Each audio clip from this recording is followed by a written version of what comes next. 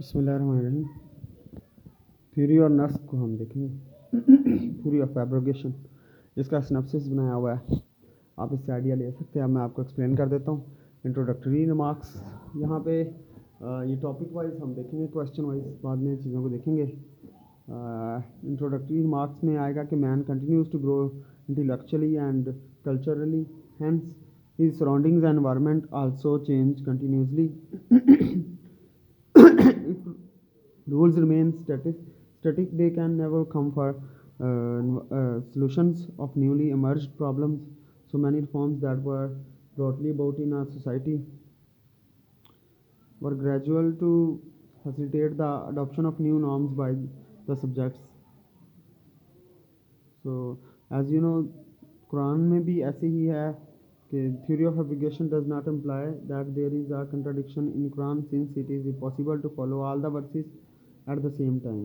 Those who quote the one example to show contradiction must consider this example. Let us suppose that a man says that he does not live in Lahore, and then he says that he does not live in Punjab, and finally says that he does not live in Pakistan.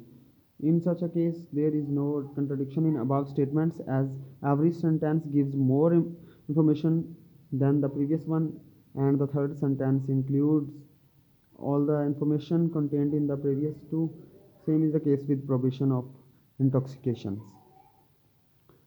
Now, second point is meaning and concept. We will discuss about it. So, it is an Arabic word.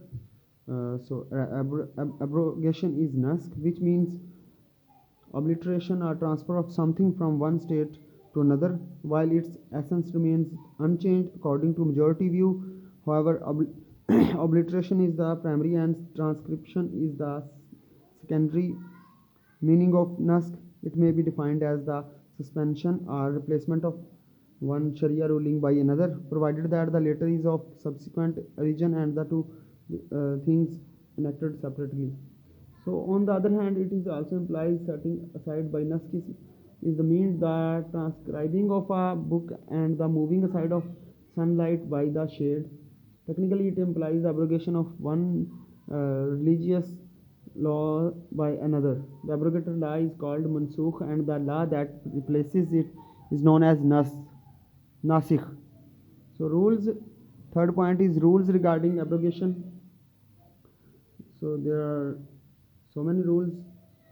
We'll discuss one by one. First is, if two texts are equal in all aspects, then the probatory one would be given priority over the permissive one. The later in time abrogates the earlier. The abrogation does not apply to faith, Tawheed and Islamic Sharia. General rule cannot be abrogated by weaker rule. Qiyas has no place in theory of nask. A subsequent ijma can abrogate a former ijma, and so on. Now, classification of abrogation. So it can be divided into two types. First one is explicit. Here, abrogating text clearly repeals. Example given: change in direction of Qibla. Second type is implicit. Here, no clarity is present. Example given: firstly, verse came about the bequest to parents and relatives, then specific shares in inheritance. This sort of abrogation can also be divided into further two types. In implicit. So implicit, there are two types: explicit and implicit. So implicit also divided further into types, that is total abrogation, naskh kulli, and the partial abrogation, naskh juzi. In kulli, we can say that iddat period for widows initially 1 year, then 4 months and 4 months and 10 days. So in partial abrogation, example is qazaf and lian can be quoted. In these ayah, the rulings of first text about qazaf is repealed by the second text insofar as it concerns a married couple. So Quran has two distinctive features: words of the text, hukam of the text. In such a case, nask can be classified into further three types: nask hukam, nask tilawa. Nask tilawa means only words are abrogated, and third type is nask al hukam wa al tilawa, yani both are abrogated.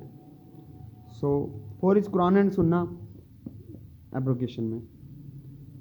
Quran and Sunnah, if we talk about Quran and Sunnah, so another view is that only Quran and Sunnah may abrogate each other.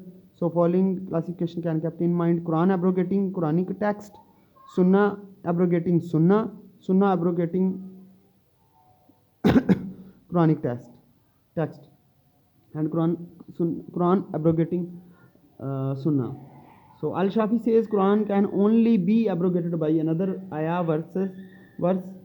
Shafi'i jurists quote this verse, and when we substitute one ayat in place of another ayah, and God knows best what He needs. So according to them, there is no ayat in Quran which tells us about abrogation of Quranic text through Sunnah. So some commentators interpret the meaning of ayah as of the miracle and not Quranic text. Some treat it as the old texts of Bible and other divine books, and some say there is abrogation as they are only qualifications and exceptions of the one text by another. Now examples of abrogation. So it can be said that when we see the revelation of Quran, it is clear that for some matters more than one verse came. This means the later abrogated the former. Most famous example of abrogation is verse about wine intoxicants. So the firstly disadvantages were mentioned, then banned during prayers, and in the end totally banned. Nevertheless, abrogation means either permanent or temporary cancellation of an order or amendment in it. Hence, in Islamic Sharia, abrogation occurred in 3 ways. Permanent abrogation, like this is the case with previous Sharia. Temporary abrogation, here is some particular situations an order is temporarily abrogated or held in abeyance, and after that specific conditions it revives. And third is amendment. In this case, Quran makes general order specific through later verses. We can see for this Al-Ma'idah verse 5, where Allah says about permissibility of food from kitabiyas, but in Al-An'am verse 1 to 1, this general order is made specific by limiting only that food upon which God's name is recited. So I hope it will be clear for you. Now we move towards the Naqs, Takhsis and and Tazid. So Nask, as you already have know about, that is abrogation. Takhsis means specification and Tazid means addition. Nask and Takhsis resemble one another in that both tend to qualify or specify an original ruling in some way. They differ from one another in that there is no real conflict in Takhsis. So also Nask may occur in respect of both general or specific rulings, whereas Takhsis occurs in respect of a general ruling only. However, when new material is added to an existing law, the added material subsequent in time may be called Tazid. The majority view does not regard it as a case of abrogation. So now, last but not the least, concluding remarks. Quran revealed by God for guidance puts forward practicable methods in establishing an ideal society, and the fact that some of its rulings have been abrogated actually represent one of the evidence in favor of its divinity. As we all know, many of the rulings of the ancient religious scriptures have been abrogated by the Quran. In the similar fashion, Quran also abrogated some of its former rulings with the later rulings. No doubt such changes were absolute necessary for the transformation of society. However, the views of the ulama are not uniform over the occurrences of abrogation in the Quran, ranging from one quoting as much as 21 instances of abrogation to other quoting only 5 and one totally denying abrogation in Quran. However, majority has acknowledged abrogation in Quran. Nevertheless, one must be very careful while assuming any conclusions about any ayah being abrogated without any proven authentic authority and sound background of context in which it was revealed. Thank you very much. Hopefully you will get